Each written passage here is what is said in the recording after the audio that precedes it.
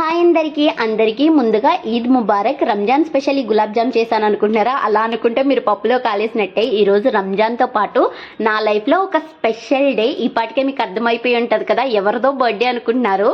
అది ఎవరో కాదు, మా మామదే బర్త్డే.